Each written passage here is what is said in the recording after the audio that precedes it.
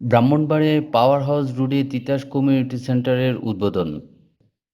ব্রাহ্মণবাড়িয়ায় power house রোডে Titas community সেন্টারের উদ্বোধন করা হয়েছে।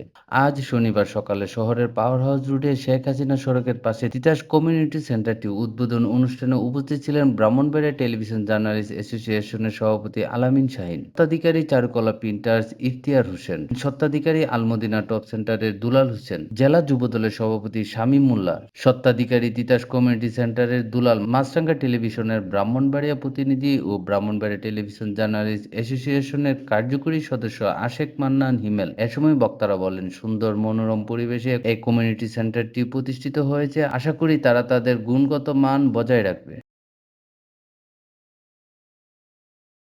আসসালামু আলাইকুম। তিতাস কমিউনিটি সেন্টারের পক্ষ থেকে আপনাদের সবাইকে স্বাগতম। আমাদের ঠিকানা power house road, Sheikh Hasina সড়ক সংলগ্ন, ব্রাহ্মণবাড়িয়া।